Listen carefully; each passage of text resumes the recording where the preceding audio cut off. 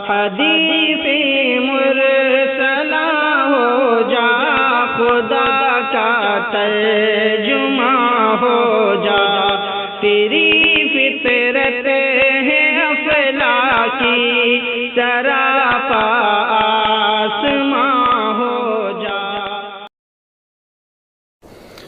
الحمدللہ وکفا وسلام علی عبادہ الذین اصطفیٰ، اما بعد۔ سامعین، ابھی چند دنوں پہلے آل انڈیا مجلس اتحاد المسلمین کے صدر جناب اسد الدین اویسی صاحب کا سرائے میر کا سفر ہوا۔ اس دوران ان کا جو خیر مقدم ہوا، مسلمانوں نے، ان کے چاہنے والوں نے ان کا جس طرح خیر مقدم کیا، ان کا استقبال کیا، ان سے اپنی محبت کا اظہار کیا، اس سے ہمارے بعض بھائیوں کو بڑی تکلیف ہے۔ بہت سے مسلمانوں کا یہ کہنا ہے کہ اسد الدین اویسی صاحب کو اعظم گڑھ کا سفر نہیں کرنا چاہیے تھا، کیونکہ اعظم گڑھ ایسا علاقہ ہے جہاں سے بی جے پی پہلے کامیاب نہیں ہو سکی ہے، لیکن اسد الدین اویسی صاحب کے آنے کے بعد یہاں کی فضا بدل سکتی ہے، بگڑ سکتی ہے، اور بی جے پی کے لیے خوب اچھی طرح ہموار ہو سکتی ہے۔ لہذا اویسی کا اعظم گڑھ آنا کوئی اچھی بات نہیں ہے، یہ مسلمانوں کے لیے فال نیک نہیں ہے، یہ اچھا نہیں ہوا۔ حالانکہ ہندوستان جمہوری ملک ہے، یہاں کے تمام باشندوں کو سیاست میں حصہ لینے کا حق حاصل ہے، چنانچہ یہاں پارٹیوں کی کوئی کمی نہیں ہے۔ چھوٹی سے چھوٹی، بڑی سے بڑی، صوبائی سے لے کر بین الملکی تک تمام پارٹیاں ہندوستان میں موجود ہیں۔ اگر کوئی مسلمان سیاست میں آتا ہے اور اس کی وجہ سے کمزوروں کو تقویت ملتی ہے، مسلمانوں کو تقویت ملتی ہے، دلتوں کو تقویت ملتی ہے، آئین ہند کی حفاظت ہوتی ہے، تو اس میں برا کیا ہے، اس میں غلطی کیا ہے، اس میں کمی کیا ہے؟ لیکن افسوس کی بات یہ ہے کہ اسد الدین اویسی صاحب کے خلاف ایک طبقہ ایسا بری طرح لگ چکا ہے جیسے انہوں نے کوئی بہت بڑا جرم کیا ہو اور سیاست میں ان کا آنا کوئی گناہ کی بات ہو۔ ابھی چند ماہ پہلے بہار میں اسمبلی کا الیکشن تھا، وہاں اسد الدین اویسی صاحب کی پارٹی نے 5 سیٹیں حاصل کی۔ یہ بڑی کامیابی تھی، تاریخی کامیابی تھی اور بڑی شاندار کامیابی تھی۔ اس سے جہاں اور لوگوں کو تکلیف ہے، وہیں مسلمانوں کو بھی بڑی تکلیف ہے۔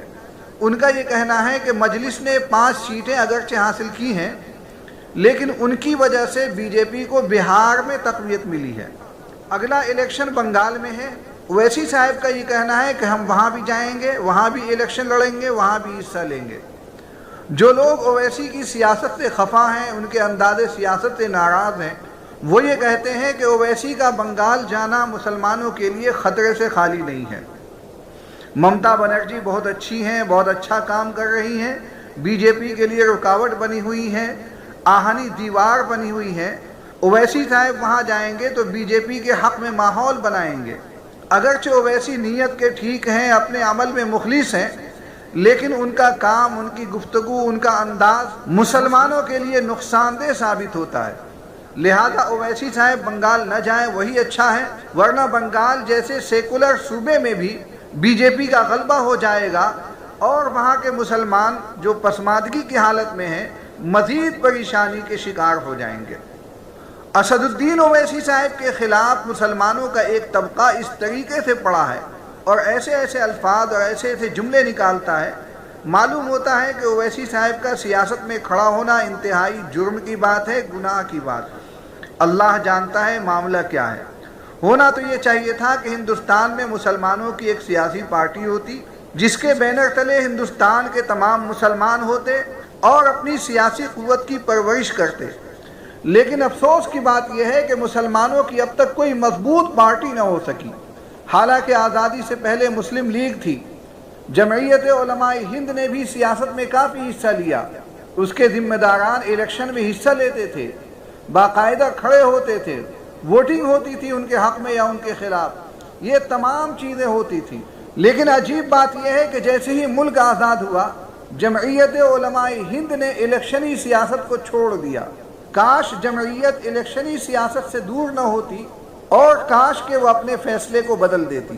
ملک میں مسلمانوں کی اب بھی کئی سیاسی پارٹیاں ہیں جن میں مسلم لیگ ہے، مولانا بدر الدین اجمل صاحب کی پارٹی ہے، پاپولر فرنٹ ہے، اسد الدین اویسی صاحب کی پارٹی ہے، مولانا عامر رشادی صاحب کی پارٹی ہے، اسی طرح ڈاکٹر ایوب صاحب سردن کی بھی پارٹی ہے جو پیس پارٹی کے نام سے جانی جاتی ہے۔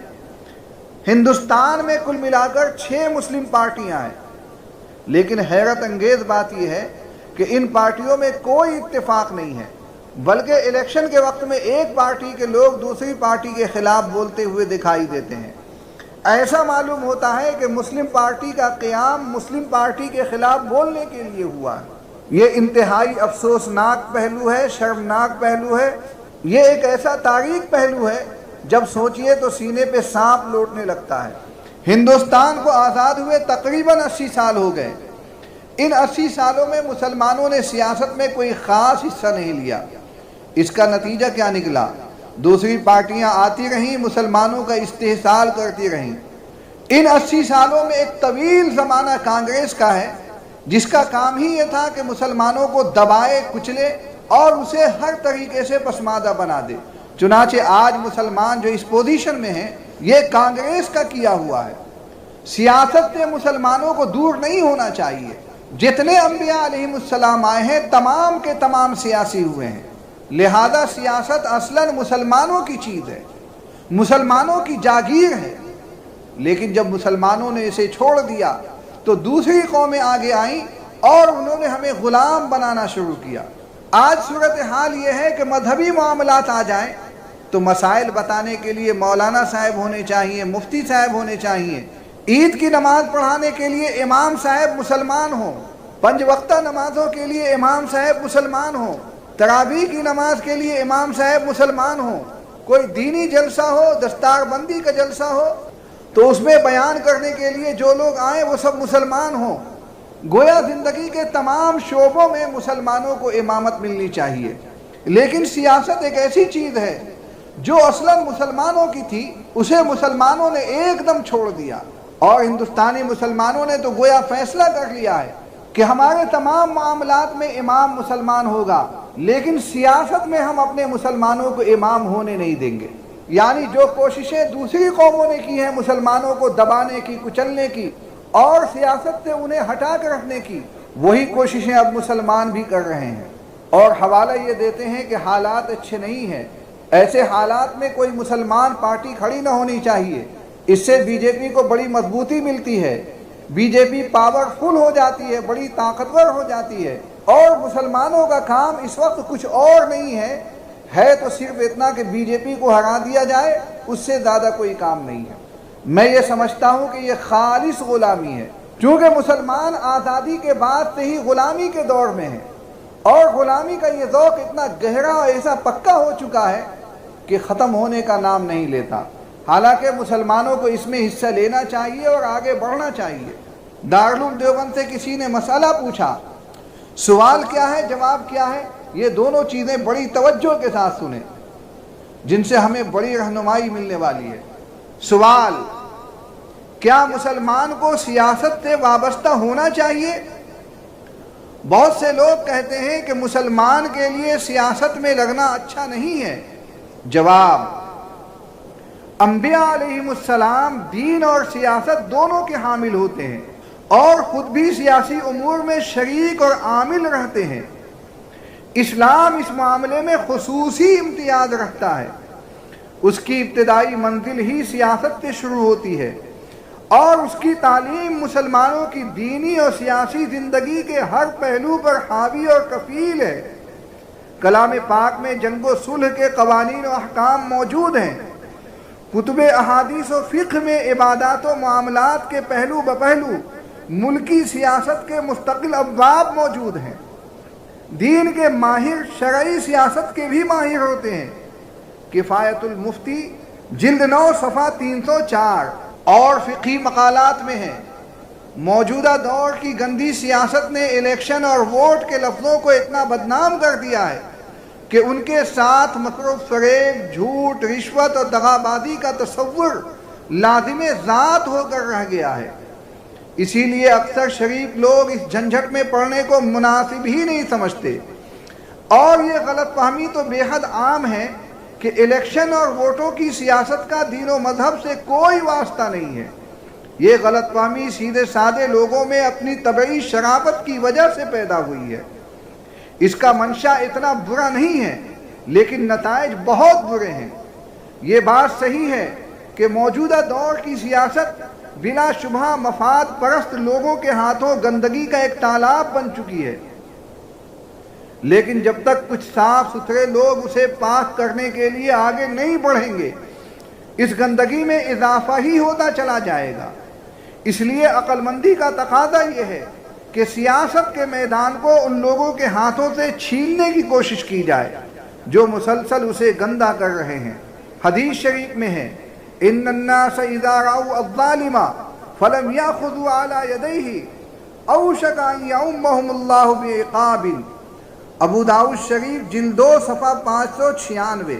یعنی اگر لوگ ظالم کو دیکھ کر اس کا ہاتھ نہ پکڑیں تو کچھ بعید نہیں کہ اللہ تعالیٰ ان سب پر اپنا عذاب عام نازل فرمائے۔ اگر آپ کھلی آنکھوں دیکھ رہے ہیں کہ ظلم ہو رہا ہے اور انتخابات میں حصہ لے کر اس ظلم کو کسی نہ کسی درجے میں مٹانا آپ کی قدرت میں ہے تو اس حدیث کی روح سے یہ آپ کا فرض ہے کہ خاموش بیٹھنے کے بجائے ظالم کا ہاتھ پکڑ کر اس ظلم کو روکنے کی مقدور بھر کوشش کی جائے۔ فقہی مقالات ملخصاً جلد 2 صفحہ 285-86۔ واللہ تعالی عالم۔ دارالفتاء دارالعلوم دیوبند۔ دارالعلوم دیوبند کا فتویٰ آپ نے سنا، اس میں کتنی وضاحت کے ساتھ یہ بات بتائی گئی ہے کہ سیاست کا دین سے بڑا تعلق ہے اور جتنے انبیاء علیہم السلام آئے ہیں سبھی سیاسی رہے ہیں۔ تو دین اور سیاست دونوں کوئی الگ چیز نہیں ہے، دونوں میں کوئی جھگڑا نہیں ہے، دونوں میں کوئی بودھ نہیں ہے، دونوں میں کوئی اختلاف نہیں ہے، بلکہ دونوں ایک ہی چیز ہیں۔ لیکن مسلمانوں نے سیاست کو ایسے کاٹ دیا اپنی زندگی سے کہ دین الگ سیاست الگ، اور اس کے نتیجے میں مسلمانوں کو جو پستی ہے اور ذلتوں کا جو سامنا ہے اللہ جانے اس سے کب باہر نکلیں گے، اللہ جانے یہ دور کب ختم ہوگا۔ ہندوستان میں مسلمانوں کی سیاسی پارٹیاں کام کر رہی ہیں لیکن جتنی زیادہ کامیاب آل انڈیا مسلم مجلس اتحاد المسلمین ہے اور مولانا بدر الدین اجمل صاحب کی پارٹی ہے، اسی طرح پاپولر فرنٹ ہے۔ ہونا تو یہ چاہیے کہ مسلمان ان پارٹیوں کو آگے بڑھائیں، انہی میں مسلمانوں کے لیے استحکام ہے۔ آج 2 سیٹیں آئی ہیں، کل 3 سیٹیں آئیں گی، پرسوں 5 سیٹیں آئیں گی، اس طریقے سے آگے طاقت میں اضافہ ہوگا اور ملک کی جمہوریت کو جو خطرہ ہے، آئین ہند کو جو خطرہ ہے، اس خطرے کو ٹالا جا سکتا ہے۔ مسلمانوں کی ایک بہت بڑی کمی یہ ہے کہ وہ غیروں کی سازشوں کا شکار ہو جاتے ہیں۔ ابھی بی جے پی کے رہنما ساکشی مہاراج کا ایک بیان گردش میں ہے جس میں وہ یہ کہتا ہے کہ اسد الدین اویسی نے بہار میں ہمیں کامیاب بنایا، بی جے پی کو کامیاب بنایا، اب بنگال میں بھی وہ ہمیں کامیاب بنائیں گے۔ ساکشی مہاراج کے اس بیان سے مسلمانوں کا وہ طبقہ جو اویسی کے خلاف ہمیشہ آگے آگے رہتا ہے، اس نے کہا کہ دیکھو ہم تو کہتے ہی تھے کہ اویسی کی پارٹی بی جے پی کی بی پارٹی ہے، لیکن آج ساکشی مہاراج کے بیان سے بھی ثابت ہو گیا کہ آل انڈیا مجلس اتحاد المسلمین بی جے پی کی ہمنوا پارٹی ہے، دونوں ایک ہی چیز ہیں۔ یہ پارٹی مسلمانوں کا کام نہیں کرتی بلکہ اپنے جذباتی بیانات اور جذباتی خیالات کی وجہ سے مسلمانوں کو مشتعل کرتے ہیں اور بی جے پی کو مضبوطی عطا کرتے ہیں۔ ساکشی مہاراج کے بیان کو اتنی زیادہ اہمیت دینے کی ضرورت نہیں تھی۔ سوچنا یہ چاہیے یہ سب سیاسی چال ہوتی ہے، سیاسی انداز ہوتا ہے کسی کو پٹخنے کا، کسی کو دبانے کا، اپنے حریف کو کچلنے کا۔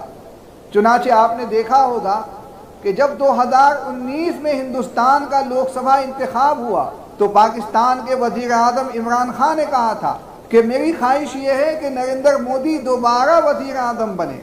تو اس طرح کے بیانات کا مطلب ہم نوائی نہیں ہوتی ہے بلکہ اپنے حریف کے خلاف ماحول بنانا ہوتا ہے، فضا بنانی ہوتی ہے۔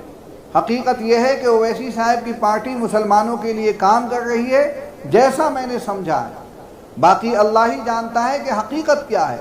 میں مجلس اتحاد المسلمین کی حمایت میں جو کچھ بولتا ہوں صرف اس لیے بولتا ہوں کہ وہ آئین کی حفاظت کی بات کرتی ہے وہ مسلمانوں کے حقوق کی بات کرتی ہے، وہ دلتوں کے حقوق کی بات کرتی ہے، وہ مظلوموں کے حقوق کی بات کرتی ہے۔ البتہ مجھے یہاں پر دو باتیں کہنی ہیں، ایک بات تو اویسی کے چاہنے والوں سے کہنی ہے اور دوسری بات خود اویسی صاحب سے کہنی ہے۔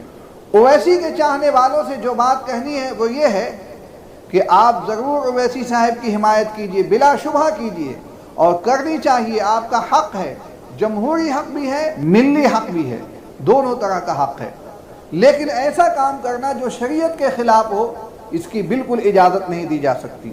چنانچہ میں نے یہ دیکھا ہے کہ اویسی صاحب کے چاہنے والے اویسی صاحب کے فوٹو کا بوسہ لیتے ہیں، یہ گندی چیز ہے، بری چیز ہے، یہ دین کے خلاف ہے، یہ عقل کے بھی خلاف ہے۔ اور اویسی صاحب سے جو بات کہنی ہے وہ یہ ہے کہ آپ ہندوستان میں جو مسلمان پارٹیاں ہیں سب کے ذمہ داروں سے ملیں، سب سے بات کریں اور انتخابات کے موقع پر اتحاد کی کوئی شکل نکالیں تاکہ اتحاد المسلمین کا جو نام ہے وہ عملی جامہ بھی پہن سکے، خالی لفظ نہ رہ جائے بلکہ لفظ کے ساتھ ساتھ معنی بھی ہو جائے۔ اللہ تعالیٰ سے دعا ہے کہ مسلمانوں کو سیاسی شعور عطا فرمائے، دینی شعور عطا فرمائے اور ہندوستان کو ہمیشہ کے لیے سلامتی بخشے۔ وآخر دعوانا الحمدللہ رب العالمین۔